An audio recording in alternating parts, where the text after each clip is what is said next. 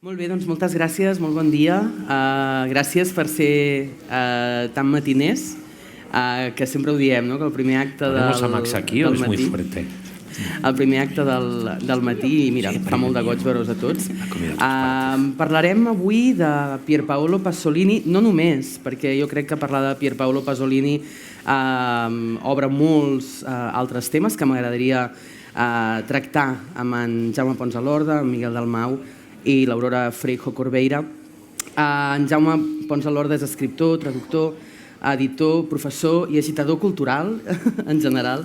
Ha publicat diversos poemaris, dues novel·les i Les cendres de Pasolini és el seu primer assaig, tot i que ara en parlarem. És un assaig poc convencional, no és un assaig a l'ús. En Miguel Dalmau ha treballat com a crític literari des de finals dels 70, tot i que anava per metge i de cop i volta... En efecte, sí, és veritat. És autor de diverses biografies de referència, entre elles la de Jaime Gil de Biedma, que va servir com a base per l'adaptació cinematogràfica pel Cònsol de Sodoma, i també d'unes quantes novel·les de ficció. Aurora Freijo Corbeira és escriptora i traductora, és autora de les novel·les de Ternera i Cuerpo Vítreo, publicades en Anagrama, totes dues, i de l'assaig filosòfic Perdidos para la literatura. Col·labora habitualment en premsa i en revistes acadèmiques. Per deferència a l'Aurora, a partir d'ara la conversa serà en castellà, d'acord? Yo os quería preguntar a los tres, porque claro, en 2022 celebramos el centenario. Esto siempre pasa también, vamos a esperarnos. Es muy bonito esto, ¿eh? Es muy bonito. Que nos ha pasado. Centenario y campanas. Això és en Pasolini. Sí, exacte. Això és en Pierpa.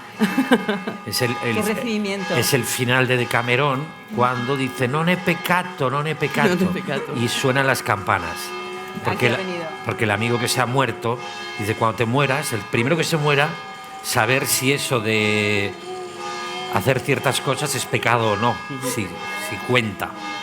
Entonces, non è peccato, pues que lo sepáis, no es pecado. Eso no es pecado. A ver. Wow.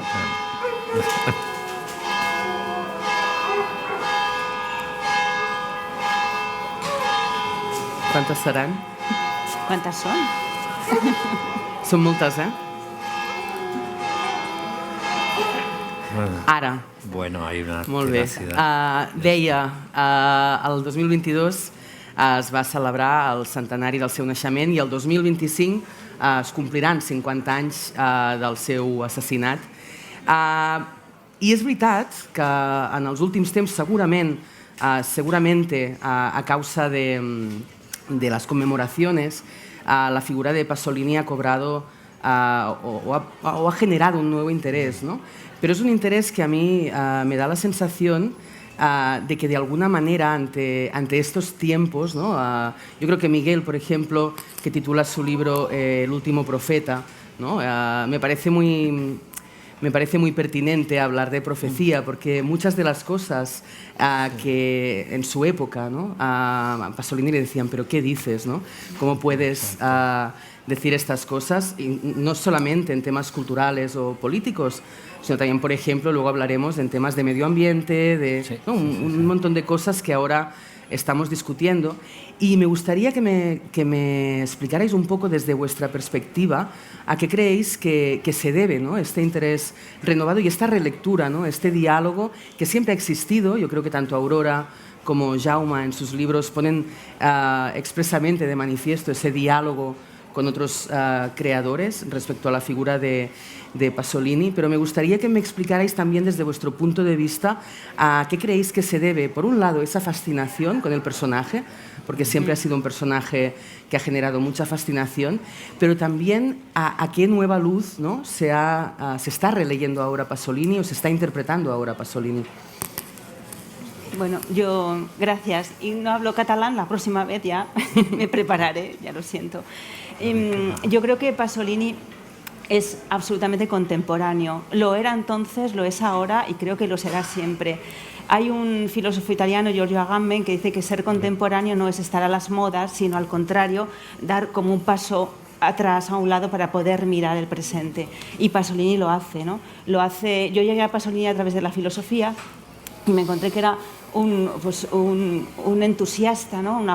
Una fuerza absoluta que hablaba de lo que hablaban los filósofos, ¿no? Pues los franceses, Deleuze, Derrida, todos los que Benjamin, con los que trabajaba, pero lo hacía desde el arte y desde el cuerpo sobre todo, ¿no? Porque la filosofía habla sin el cuerpo muchas veces, lo digo yo que soy de filosofía, y en él estaba esa potencia de la fuerza, el cuerpo, el compromiso y la dulzura y la ternura, que también podremos hablar de ello, ¿no? Pero creo sobre todo que es absolutamente contemporáneo, que lo era y lo es entonces, ¿no? Sí, bueno, yo en principio coincido plenamente con ella y es interesante el que él no es que tuviera dones proféticos en el sentido del adivino, del que echa las cartas o el auruspis, el que abría las vísceras en la antigüedad y leía en el vientre de los animales sacrificados, leía lo que iba a pasar. Como bien ella dice, es todo un conocimiento que en realidad uno tiene, que proviene de muchos campos, que unido a la propia experiencia y a la observación de la realidad, tienes que tener las antenas muy desarrolladas, ¿no? Él no solo como poeta, el poeta siempre tiene un toque de medium, el gran poeta siempre es un medium, ¿no? Pero es que yo creo que era un medium, es que para todo, visualizaba unas cosas con muchísima anticipación, que luego podemos entrar, ¿no? Pero que son realmente increíbles. Entonces, ¿qué ocurre? Que cuando todo esto se va confirmando, bueno, siempre hay gente que busca, que mira. Hoy en día es verdad que el acceso a la información es muy rápido y está muy bien, y entonces, en algún sentido, y te encuentras.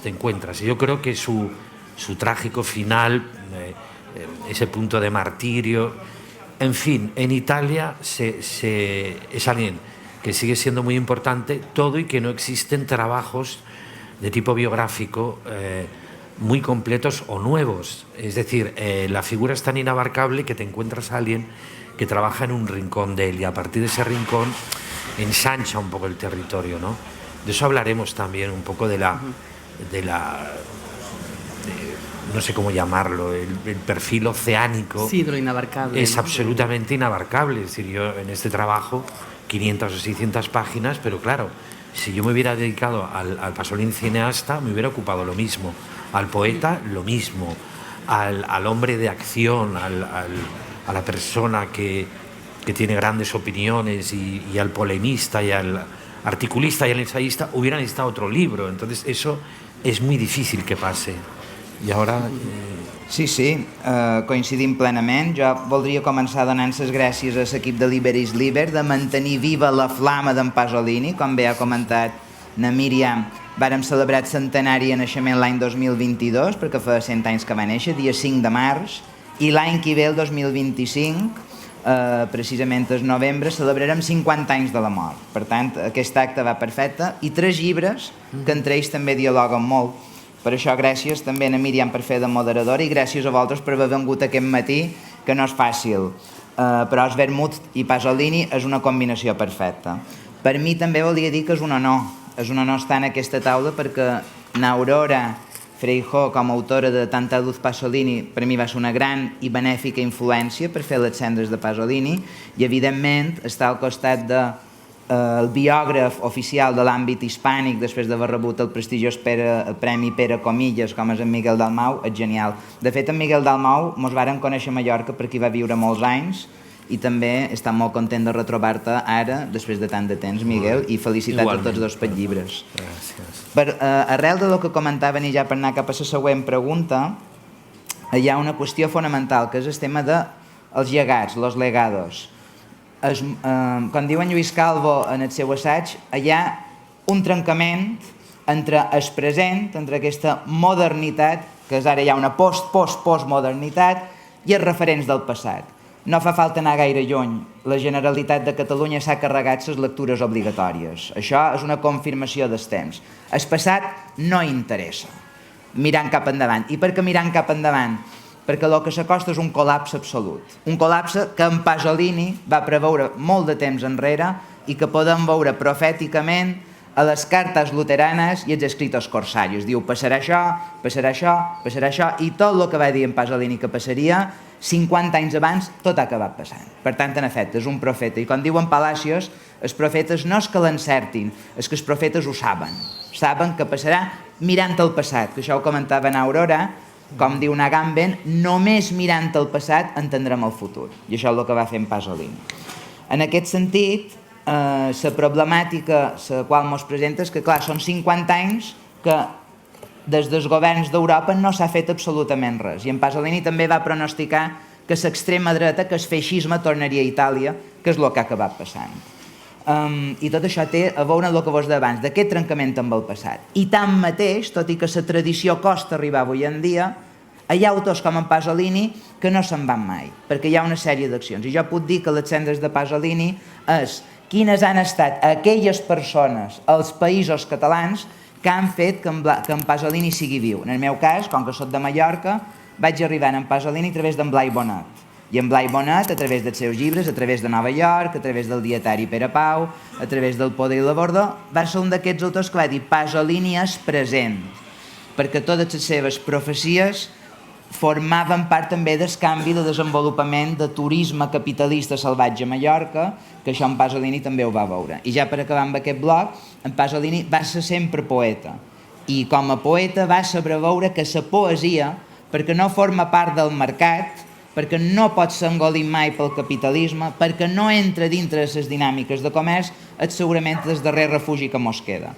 I en Pasolini va deixar de fer novel·les, en Pasolini se va dedicar poc a la pintura, les pel·lícules estava acabant los 120 dies de Sodoma abans que el matessin i va dir, em faré 2 més i me dedicaré a escriure poesia. Per tant, ell va que la poesia era el darrer refugi. Dues coses, també com ha dit Aurora, el cos, el seu cos, el cos com a entitat de resistència i la poesia com a darrer refugi contra el canvi del món que estem vivint avui dia. Hay una cosa que a mí me parece también, ¿no?, que incluso él hubiera estado en contra de eso, ¿no? En uno de sus últimos artículos, en una de esas cartas, él decía, todos estamos en peligro, ¿no? Y eso se interpretó casi como un vaticinio, ¿ves? Mira, se ha cumplido, lo han matado, pero creo que Pasolini se hubiera enfadado con esta reacción, ¿no? Hubiera dicho, no, es que no os dais cuenta de que el peligro no es el peligro ¿no?, de la muerte, ¿no? El peligro de... No estamos en ese tipo de peligro, sino que estamos en un peligro que es todavía peor, ¿no? No nos estamos dejando empapar o no estamos viendo lo que realmente está sucediendo, y lo que está en peligro justamente es el sentido humano de la vida, ¿no? Todo lo que conforma, todo ese impulso de vida del que yo creo que tú en tu libro Aurora hablas sí, también, ¿no? Poniéndolo en relación con el espíritu dionisíaco, claro, ¿no?, con todo ese... Y me parece que esta idea del estar en peligro siempre se ha adjuntado a lo legendario, a la leyenda, ¿no? Y creo que Pasolini a esto le hubiera enfadado profundamente, ¿no? Incluso sí, en estas alturas es que era no queréis verlo. Pensar que estaba diciendo eso. Exacto. Lo que está diciendo es, estamos en peligro porque el capitalismo nos está empezando a devorar. Incluso a veces dice, es casi peor, no tanto, ¿no? Pero por lo menos con el fascismo éramos capaces de decir, esto no. Pero el capitalismo empieza a comernos y estamos donde estamos, ¿no? Somos todos súbditos al fin y al cabo. Y tú traías a Dioniso, ¿no? Dioniso es como, no seas como Teseo, que Teseo obedece. Tienes que ser como el toro, tienes que rebelarte y decir esto no, ¿no? Lo que Nietzsche dice que es desuncirnos, ¿no? Quitarnos el yugo que tenemos encima. Y él lo empieza a decir. Además, yo quiero rescatar siempre esa parte tan tierna de Pasolini, ¿no? De su compasión con lo humano y con todos los demás. Y por eso dice, por ejemplo, dice, qué terrible que todos los chicos guapos, o sea, que quieran ser guapos, teniendo la misma cara. ¿Qué sucede, no? Vemos a las mujeres, sobre todo operadas ahora, que se una máscara al fin y al cabo, y él sus personajes los coge en la calle y son guapos por feos, efectivamente, por eso, ¿no? Entonces se pierde la individualidad, todos uniformados, todos siendo lo contrario a las luciérnagas, que para él son las luces de resistencia. Hay que resistir, y hay que resistir brillando poco, porque además si brillas mucho ni siquiera se te va a ver por mucha luz. Y él, pues es frente a la luciérnaga, a la garrapata, ¿no? Aquello que se sujeta, se alimenta ahí, ¿no? Sí, yo traigo ahí la garrapata frente a un estudio de un zoólogo que dice: la garrapata llega, anida, se queda y no hace nada más que estar ahí, ¿no? Y la luciérnaga está siempre un poco brillante. Él lo era, ¿no?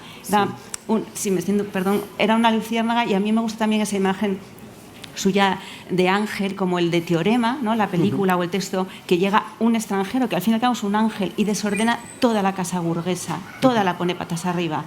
O como el ángel de Walter Benjamin, el ángel de la historia, que se da la vuelta horrorizado diciendo: ¿pero qué es esto? ¿Qué está pasando en la historia? ¿No? Bueno, es que antes citabas a Benjamin, por ejemplo, y yo creo que son dos de las personas, ¿no? Pasolini y Benjamin. Benjamin hablaba, ¿no? Del aviso de incendio, de los avisos de incendio, y es precisamente, ¿no? lo que hace Pasolini: vigilad, claro, que estamos en peligro. Los dos hacen la historia a contrapelo, hay que peinarla de otro lado, porque estamos siempre contando la misma, y estos son los arrabales, el lumpenproletariado, que le fascinaba a Pasolini por ese sentimiento de compasión. Sí, yo los encuentro, no se leían, no se conocían, pero es que Pasolini recoge toda la filosofía del momento, además poniendo el cuerpo y el arte encima. Sí. No, muy bien. Sí, nos ponemos los tres, como nos entusiasma Pasolini, en ¿no? efecto, sí, yo voy todavía cautamente, porque es muy interesante lo que comentabais ambos, de una manera ligeramente distinta. Cuando se habla del fascismo, por ejemplo, esa premonición suya de que volvería el fascismo, quizá en los últimos tiempos está volviendo un tipo de fascismo, pero para él el fascismo a la clásica, el mussoliniano, porque es un invento absolutamente italiano, la palabra también viene de ahí, etcétera. Él considera que eso no va a volver, no puede haber, porque no va a haber un caudillo que funcione así y que lidere a las masas de esa manera.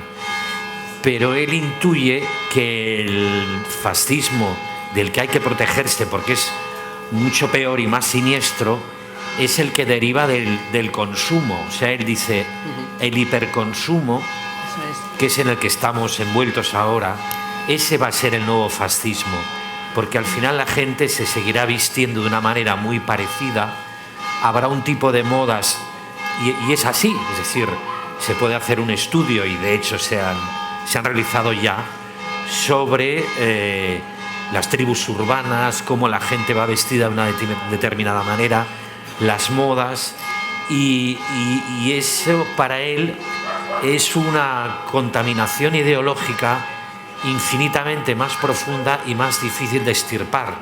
O sea, él decía, los fascistas que hubo en Italia durante 20 años, en el momento que cae Mussolini, vuelven a su casa.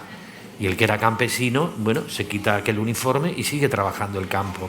Es decir, él considera que pese a los 20 años que hubo de fascismo en Italia, aproximadamente, eso no llegó a transformar la conciencia, casi te diré que ni siquiera el cuerpo del italiano. El italiano volvió a ser lo que era. No entremos en la deriva que luego tuvo la democracia cristiana, esto ya es más complicado. Pero simplemente él dice, no, el nuevo fascismo va a ser eso. En el momento que a ti te coman el coco, por decirlo coloquialmente, para que tú consumas, tú ya eres un juguete, eres un instrumento de un poder superior que te hace ser una sola cosa, igual que el otro, que el otro, que el otro, que el otro. Vamos todos a las grandes superficies a comprar. Es lo mismo que esto, que vayamos todos a los estadios a hacer así. Entonces, claro, ver esto con 60 años de anticipación a mí me parece muy brillante, por lo que tiene además detrás, que comentaba ella, ¿no? La uniformización, la homologar un poco. Somos consumidores. Y aprovecho para añadir lo siguiente, que también me parece muy inspirado. O sea, él en una entrevista dice algo terrorífico cuando habla de educación. Dice, al Estado, ya no digo el poder, el Estado no le interesa en absoluto crear buenos alumnos, ni siquiera buenos hijos.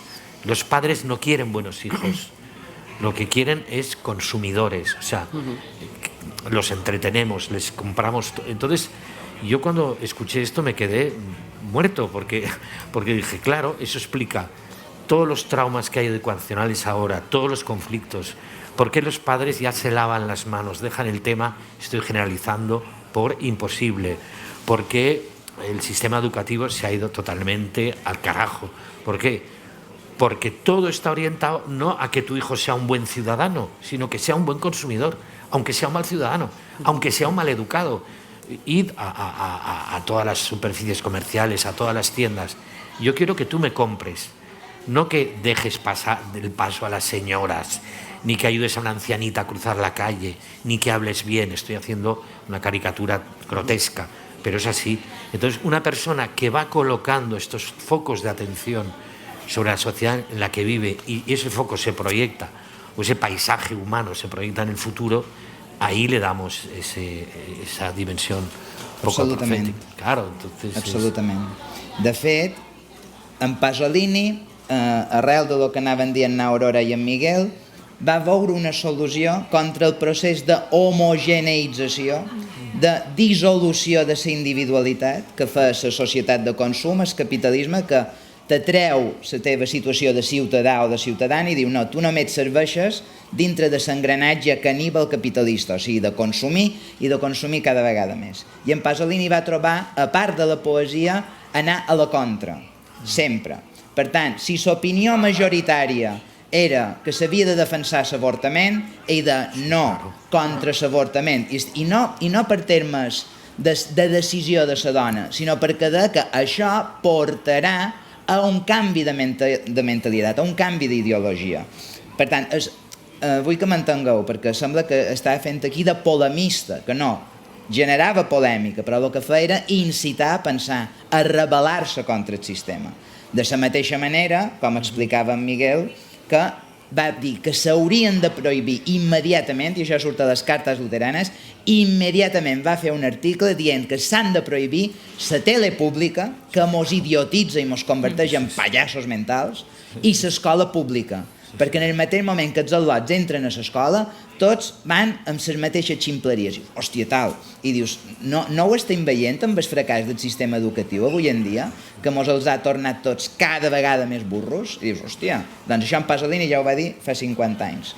I a més, era tan incòmodo que va dir, començarà a haver un terrorisme d'estat en democràcia cristiana, que és el que va passar.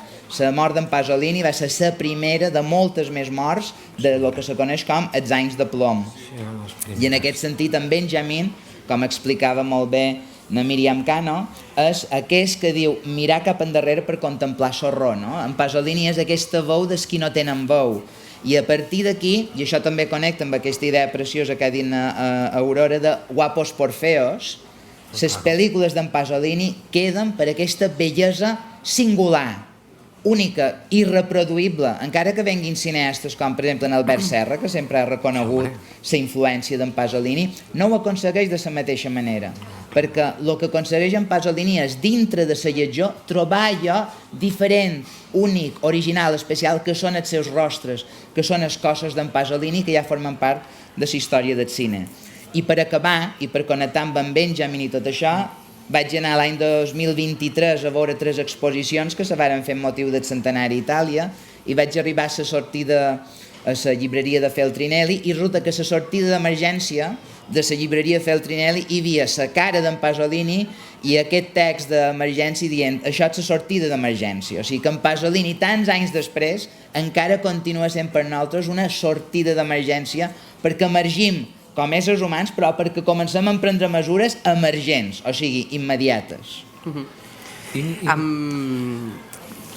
Això que deies, Jaume, esto que decía Jaume me parece muy pertinente como para pasar a la siguiente pregunta, ¿no? Que yo creo que es un tema que ha ido saliendo, porque claro, yo lo pensaba, vosotros sois los expertos, yo, si me equivoco, corregidme, pero pensaba en el fascismo, ¿no? En ese fascismo contra el que Pasolini luchaba, como una especie de idea de pureza, ¿no? Siempre ha sido así, ¿no? El fascismo. Y él, en cambio, en todos sus escritos, en todas esas advertencias y en su manera incluso de ver el mundo y de enfrentarse a él, lo hacía siempre desde el desorden, desde la impureza, desde ese impulso de vida que decíamos antes, ¿no? Desde el cuerpo, no el cuerpo bello, sino el cuerpo tal y como es, no el orden en la vida, incluso pues desde estas afirmaciones tan polémicas, ¿no? Sobre el aborto, sobre la escuela pública, etcétera, ¿no? E incluso su estética en el cine, como decía Jaume, es una estética muchas veces muy incómoda, ¿no? Es decir, me parece que una de las cosas importantes que quería mostrar Pasolini es que la vida debe ser incómoda, debemos sentirnos incómodos ante la imagen del otro o ante el mundo mismo para poder rebelarnos y actuar contra las injusticias, ¿no? contra esas desigualdades, es decir, la uniformidad, la homogeneidad no es una solución, ¿no? Y claro, y en términos de igualdad también es una propuesta controvertida, ¿no? Pero ese desorden a mí me da la sensación de que también, siendo una cosa absolutamente humana, es lo que hacía que la gente lo mirara con recelo, ¿no? Esa propuesta de lo que en catalán decimos rauxa, ¿no? Lo que en catalán decimos, ¿no? Vida y alegría, fue justamente lo que le alejaba de algunos de sus contemporáneos. Es que además Pasolini era muy contradictorio, o sea, no quería resolver en lo homogéneo, todo lo contrario. También creo que, seguramente tú eres el que ha hecho la biografía, sabes más, pero sufría mucho con esa controversia que tenía, ¿no? Su homosexualidad al principio, hasta que puede hacerse cargo de ella cuando va a Roma, pero... Y él, sin embargo, es lo que tú decías, no intenta resolver eso, ¿no? No hay una dialéctica que resuelva en una tesis final, es esto es así. Y por eso tiene esa fuerza tan tremenda, ¿no? Creo que a cualquiera que le asome Pasolini no puede prescindir de estar con él.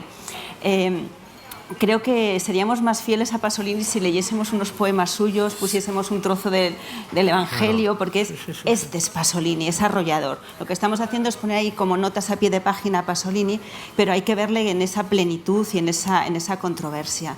Y me gusta también tiene con las lenguas, ¿no? esa controversia cuando escribe al principio en el dialecto friuliano, en Casarsa, tan bonito, ¿no? De un modo tan bonito, y que es verdad que lo hace porque su padre, su madre y estas cosas, pero también es una forma muy, muy fuerte de resistencia, ¿no? Yo no escribo en la lengua plena, esta, ¿no? Omnipresente. No, yo escribo desde aquí. Que eso tú que decíamos que nos gusta Deleuze dice, la literatura menor es la que escribe en los márgenes, la que se hibrida, y Pasolini lo hace, hibrida, ¿no? En la lengua de las palabras, pero también en todo su otro arte. Y eso lo denuncia muy bien Herta Müller también, ¿no? La premio Nobel, que dice, lo primero que hacen las dictaduras es castigar la lengua pequeña es lo que hace, ¿no? Ella cuenta cómo Ceausescu no le dejaba utilizar la palabra maleta, por ejemplo. Entonces, creo que ahí en Pasolini hay esa parte muy, muy importante, muy fuerte, muy controvertida. Todo es controversia, ¿no? Todo sí, el lenguaje.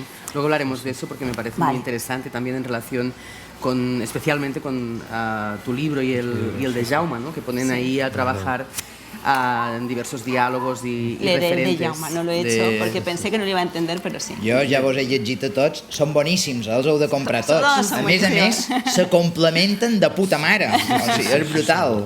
Y ahora me callo, hablaríamos todos mucho más, pero vamos a dejarnos hablar.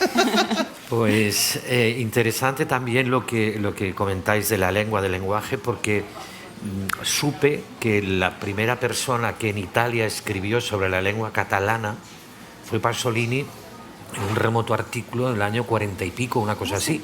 Se enteró de que había en Suiza le llegó un sacerdote catalano que sabía catalán, que estaba en Suiza. Bueno, como veis, cada vez que intervengo yo, tengo esas campanas. No, però és que ara parles d'en Carles Cardó, que va ser aquest capellà. Tú lo sabes, sí. Sí, por supuesto. Tú lo sabes, mejor, exacta.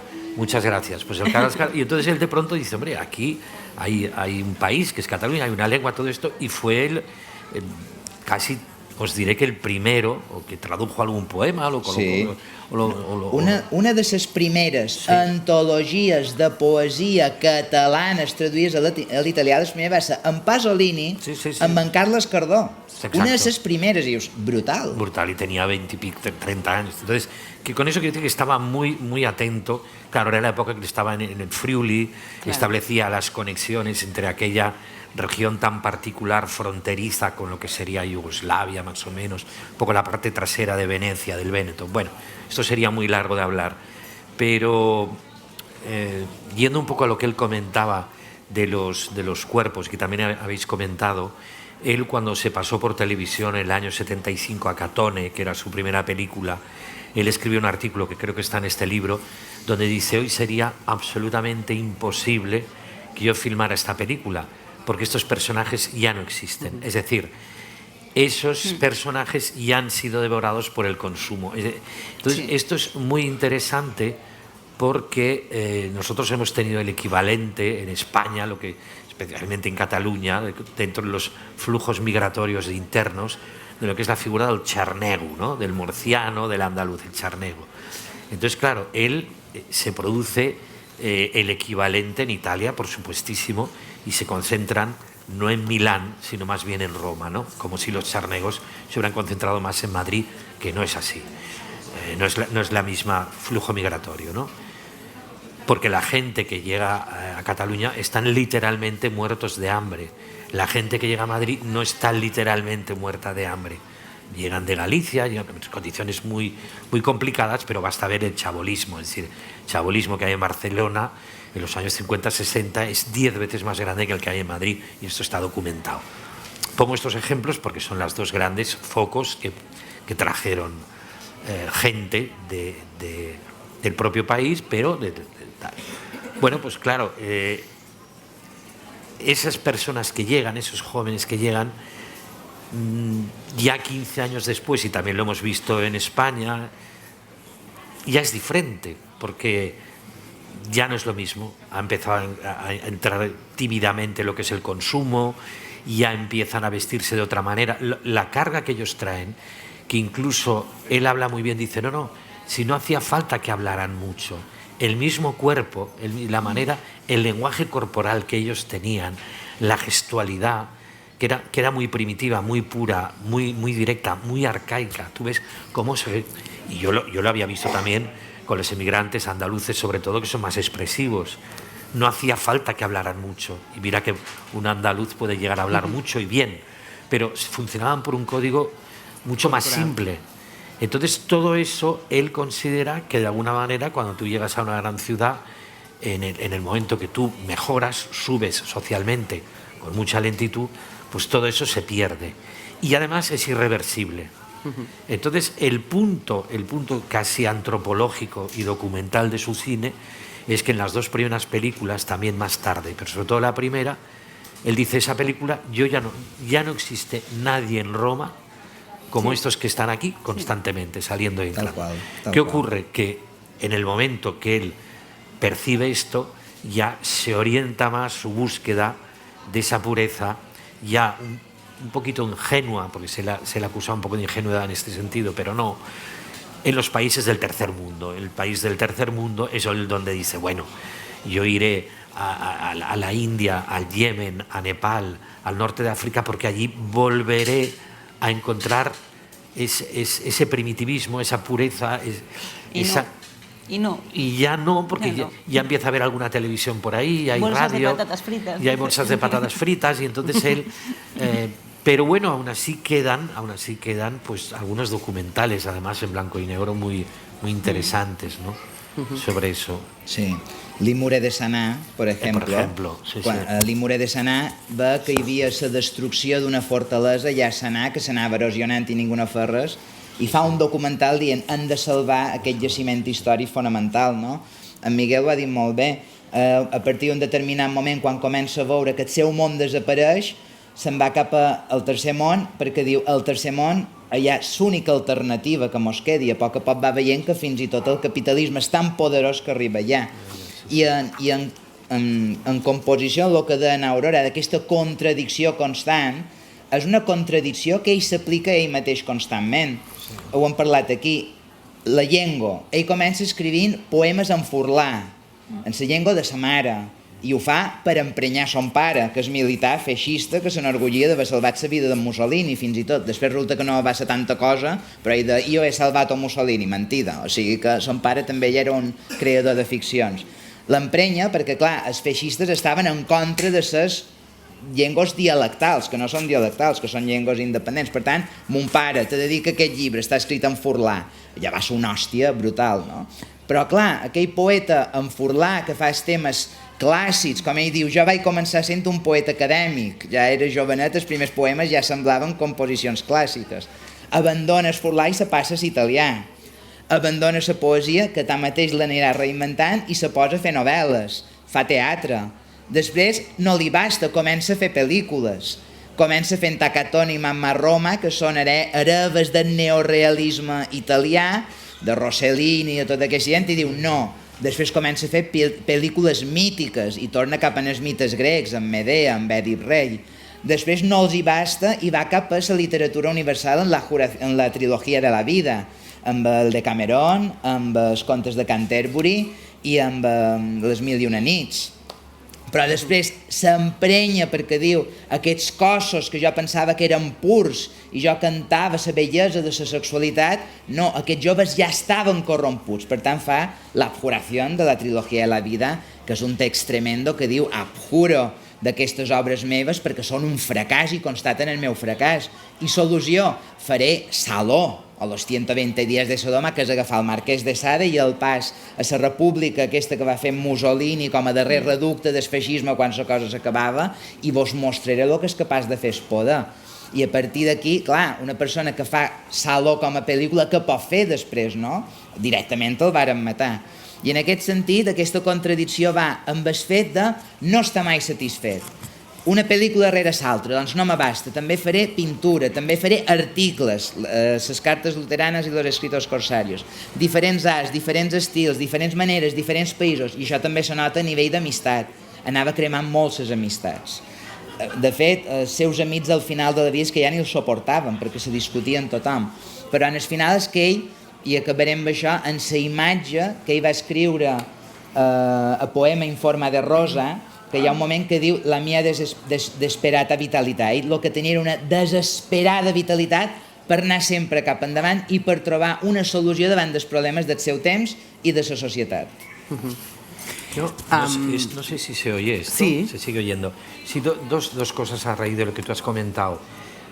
Claro, cada salto que él hace a distintas sería muy largo, ¿no? Concretamente, probablemente el más importante sea el que hace a finales de los 50 de la poesía al cine. Y en esencia él lo que viene a decir es que para captar la realidad y expresarla artísticamente cuando se escribe, tú necesitas del lenguaje. Y en cambio el cine solo necesitas la realidad. O sea, no hay. Entonces él se da cuenta que aparte de que su arte, el cine, es un arte emergente entonces en Italia, ya muy consolidado a raíz del neorrealismo, y que realmente llega a más personas y el discurso, el mensaje, llamadlo como queráis, pues es más amplio, hay una respuesta más inmediata además, y probablemente pues puede procurarte más réditos creativos. En realidad la base es que yo me salto el lenguaje, es decir, simplemente que yo coja una cámara, yo ya no necesito nada, es que y eso explicaría también incluso esa aparentemente torpeza fílmica de él. Es lo que decía Bertolucci cuando iba cada mañana. Dice, que yo cada mañana veía cómo se reinventaba el cine. O sea, dice, yo he visto nacer el cine. Dice, ¿qué quieres decir? Hombre, quieres decir que el cine americano estaba consolidadísimo, el inglés, hasta el español. Pero claro, aquel señor sacaba una cámara, no sabía ni cómo funcionaba, le preguntaban. Y entonces, porque él decía, vale, la realidad, o sea, yo quiero absorber la realidad y contarla, ¿no? Y claro, por eso elige la calle y esos personajes, actores totalmente aficionados, etcétera, ¿no? Esto por un lado. Por otro, esto daría para charlar largo. Por otro, la abjuración de la trilogía de la vida, que es muy interesante, todo ese proceso. Y yo creo que el fracaso de él él no se arrepiente de haber filmado esas películas, en absoluto. Para él no es un fracaso como creador, lo que sí que es un fracaso como alguien que ve que el mundo ha cambiado de una manera tan rápida y que los temas han variado de una forma tan eléctrica que aquello se le ha quedado atrás enseguida, hasta el punto de que él, contra su voluntad, inaugura el cine erótico, al menos en Italia. Es decir, el cine erótico que ya puedes ver en salas, porque la primera vez que se pueden ver órganos genitales masculinos, etcétera, en el cine, fuera de lo que sería la pornografía, y me gustaría también saber si en el año 68-70 había tantos cines X como esto, ni muchísimo menos, y es la primera vez.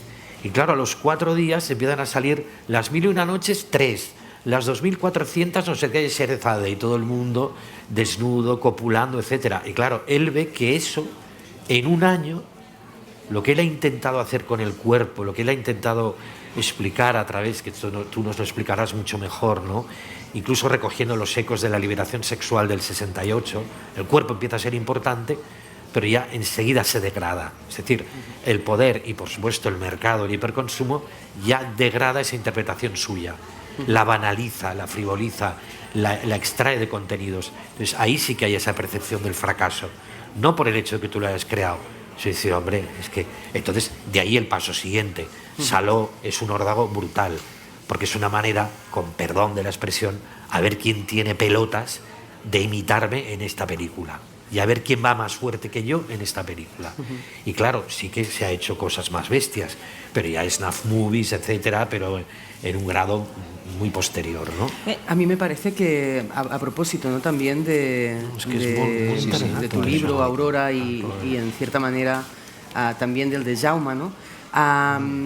Me parece que Pasolini tiene una mirada sobre el mundo que intenta expresar a través de su literatura, quiere que esa mirada sea útil, sirva para algo, y es una mirada, como decía Miguel ahora, que cambia porque los temas cambian, las necesidades cambian, pero me parece muy interesante lo que has hecho en Tanta luz a Pasolini, porque los artistas, los creadores que pones en diálogo con los impulsos de Pasolini, ¿no? Yo no diría tanto, tú nos lo contarás mejor, ¿no? Pero me parece un libro muy especial en el sentido que no es un diálogo, en el sentido de que los temas, que muchas veces coinciden, o incluso las formas, me parece que es un libro que dialoga con los impulsos creadores, ¿no? Con lo que lleva al creador a adoptar una forma, a hablar de un tema,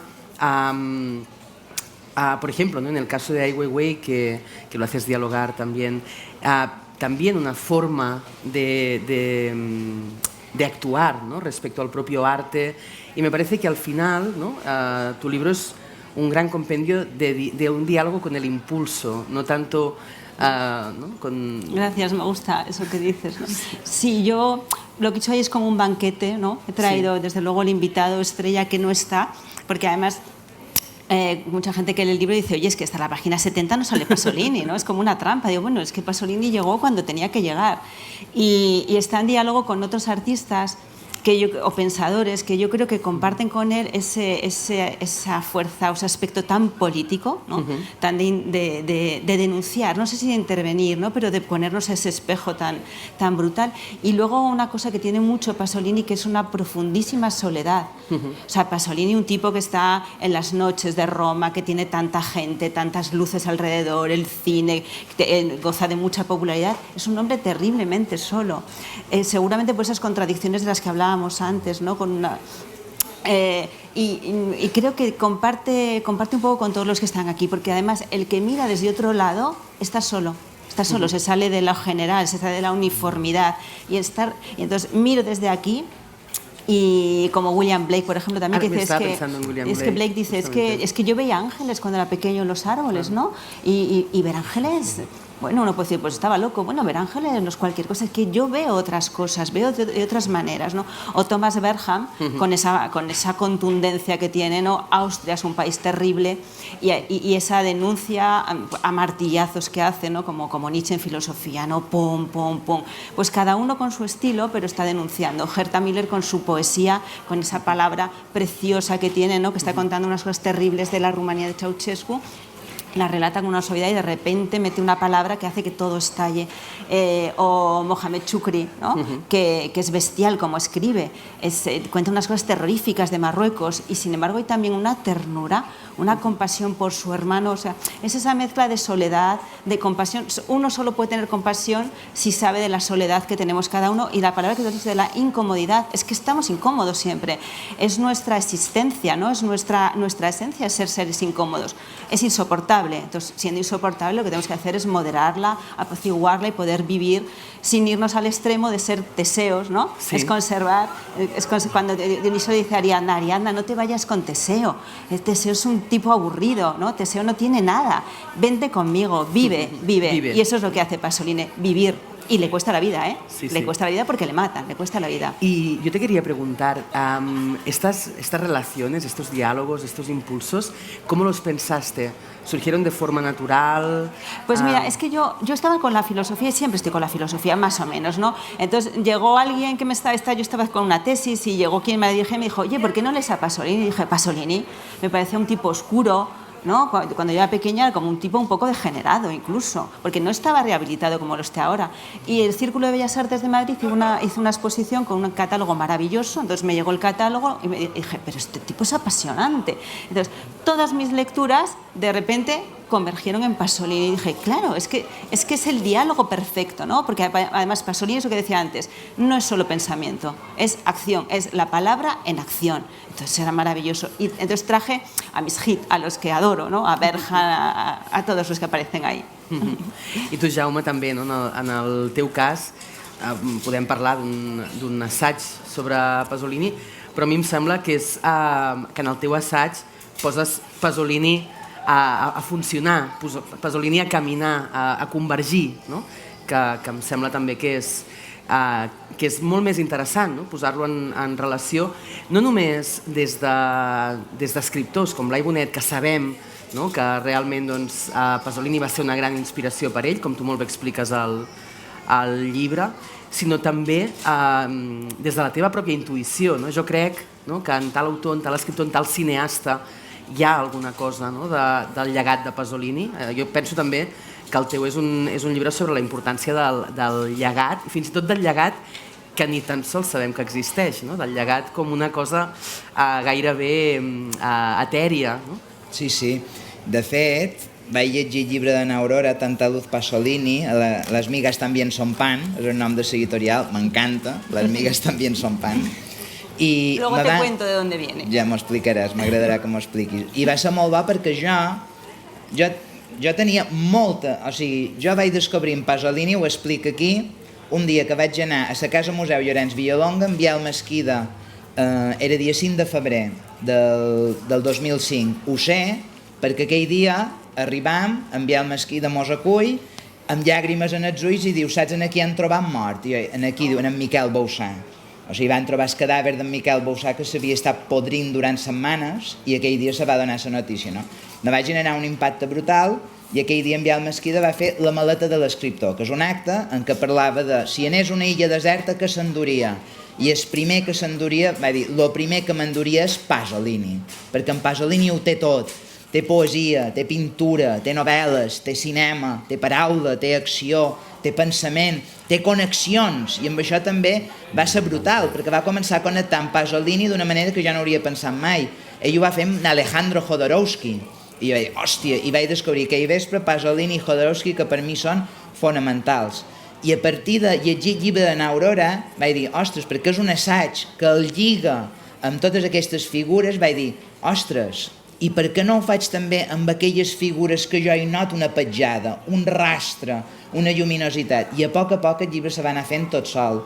I a més va ser molt bo perquè quan vaig llegir el llibre en Aurora jo estava traduint en William Blake, The Songs of Innocence and Experience, que estan traduïts en català, sortiran l'any que ve Flaner, i vaig dir, hòstia, no ho havia pensat mai, la connexió amb en Blake, però és total, és absoluta. Per començar, tots dos eren rebels, radicals, que s'enfrontaven directament a la societat, i això és increïble. Després el tema de la sexualitat desemmascarada, sense hipocresies, i després també el fet de viure una revolució, la revolució industrial en el cas d'en Blake, a veure que abandonàvem el camp i l'Eden, i la revolució tecnològica capitalista amb en Pasolini. I a partir d'aquí, i sobretot en el meu focus va ser en Blai Bonet i en Biel Mesquida, vaig començar veient on són els Pasolinis nostres avui en dia. I clar, se poden trobar amb un fotimer de bandes de tots els països catalans, el País Valencià, aquí al Principat de Catalunya, les Illes Balears, en el cine, en la pintura. Abans he parlat del cas d'en Albert Serra, però en Albert Serra és un cineasta que se nota que ha mamat Pasolini, el fet de treballar amb actors que no són professionals, el fet d'actors que tenen rostres singulars, el fet de retratar la vida, i en contacte amb el que de Miguel Dalmau, amb aquesta apreciació que ha fet, que és totalment certa, que en Pasolini el que fa és carregar-se el codi, que vull dir, ell veu que el llenguatge és una mediatització per parlar de la realitat i diu, me carrega el codi perquè la realitat és el mateix llenguatge de la realitat, i això és el cine. I aquí també entram en una etapa fantàstica d'en Pasolini, que no se coneix gaire, com a semiòleg, com una persona que investiga els codis de comunicació i d'expressió. I per tant, i ja per acabar, jo vaig voler a les cendres de Pasolini parlar de la influència d'en Pasolini a dos cantons, cultura italiana i cultura catalana, per això també surt en Carles Cardó, que l'he investigat, en qui va fer aquesta antologia, però també vaig voler fer una altra cosa, que és fer un retorn a l'assaig com a idea. L'assaig, en el terme original, és una aproximació.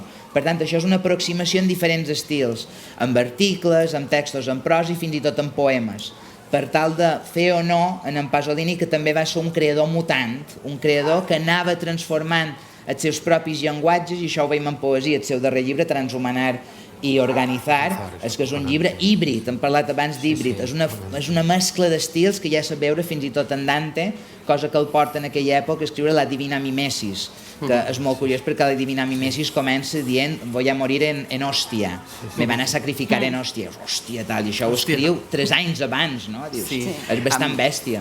Un poco a propósito de lo que decía Jaume, yo le quería preguntar a Miguel, porque precisamente tu biografía está dividida en los 3 libros de la Divina Comedia. Yo pensaba, me parece muy interesante porque la Divina Comedia es uno de los textos fundacionales, uno de los grandes relatos, ¿no? Y me parece que justamente una de las cosas que nos llegó con la posmodernidad fue esa caída, ¿no? de los relatos monolíticos, de los relatos sagrados, de lo que había sostenido el mundo hasta entonces, ¿no?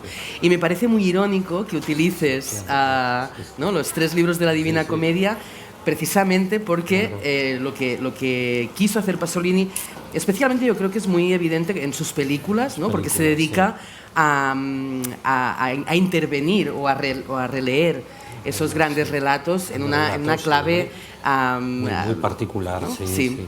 No, y además yo creo que él probablemente más que ninguno de nosotros funcionaba entre el cielo y el infierno. Él se movía muy bien, ¿no? Nosotros también estamos entre el cielo y el infierno, etcétera, aunque haya gente que diga que esto es el infierno, había muchas variaciones, ¿no? Pero sí, la vida humana se mueve entre el cielo y el infierno. En su caso, su propia vida, la manera de llevarla hasta el final, hace que, y su propia hipersensibilidad, que te muevas en los extremos mucho más radicales, ¿no? Y bueno, en todo caso, lo que es interesante es el retorno a la poesía que probablemente se anunciaba cuando a él le preguntaban, bueno, usted es esto, lo otro, y al final decía, bueno, yo soy un escritor, soy un... todo, y que él había pintado mucho antes que escrito, ¿no? Y había dibujado. Pero en general, yo lo considero, claro, si se pudiera comparar, lo que pasa es que es difícil porque al ser una figura bastante, yo diría que responde bastante al arquetipo renacentista, cosa muy, ahora decimos, es usted un actor que pinta, ¿es usted un renacentista? Hombre, no, un actor que pinte es un actor que tiene un hobby, ya está. O yo que cocino, hombre, no, yo no soy un espíritu renacentista. O sea, y realmente yo creo que él lo era, porque se expresaba en distintos campos, absorbía la realidad y la expresaba de distintas formas, y era muy, o sea, razonablemente bueno y muy bueno en todo. Es decir, todo lo que hiciera era muy bueno. Entonces has de ir a Miguel Ángel, a Leonardo, para decirte, claro, estamos hablando de este tipo de perfil, ¿no? Cuando muere y están, creo que está su féretro en las calles, Moravia, si creo equivocarme, dice, se ha muerto un poeta. Él dice, se ha muerto un poeta, y poetas hay muy pocos, ¿no? Y porque poetas obviamente no son los que hacen rimas, sino los poetas tienen un compromiso con la vida.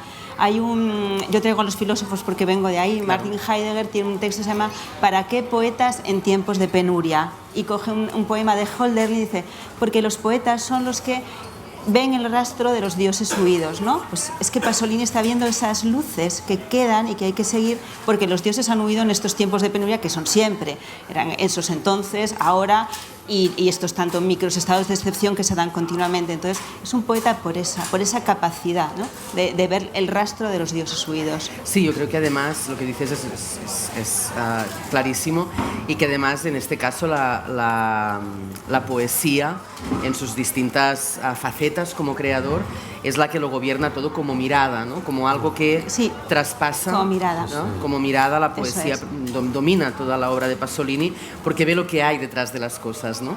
Y también ese sentido profético, ¿no? O ese sentido de avanzarse al tiempo, yo creo que también responde a esa mirada poética más que política, aunque desemboque pero es lo mismo, ¿no? Para ser poético hay que ser político. Exacto, también, pero la mirada es poética. Dice, claro. Yo creo que Pasolini, a todos los que nos acercamos nos pasa que nos eriza la piel.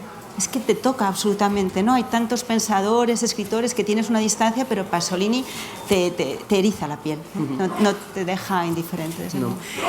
Tenim 5 minutets per si algú vol fer alguna pregunta. Teniu alguna curiositat, alguna cosa que creieu que... La Matilde, aquí. Sí? És aprofitar l'ocasió i em sap greu, però no me'n puc estar. L'any que ve la edició ens treu La nova joventut en friulià català, traduït per l'Eloi Creus. Molt bé. És una notícia molt important. Sí, hombre, agradecemos. No, sí, claro que sí. Clar, claro que i tant. Gràcies perquè només he vist un tros perquè estic despatxant, però quan el registren me l'empassaré. I tant. Moltíssimes gràcies, moltíssimes gràcies. Algú té alguna... No.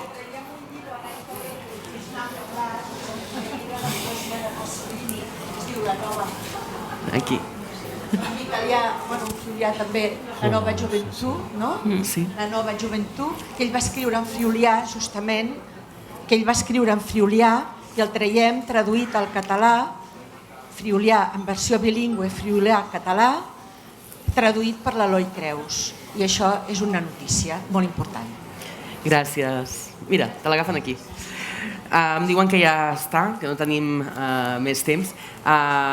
Moltíssimes gràcies per haver vingut. Aquests són els llibres El último profeta de Miguel Dalmau, guanyador del Premi Comillas, Pasolini, l'último profeta.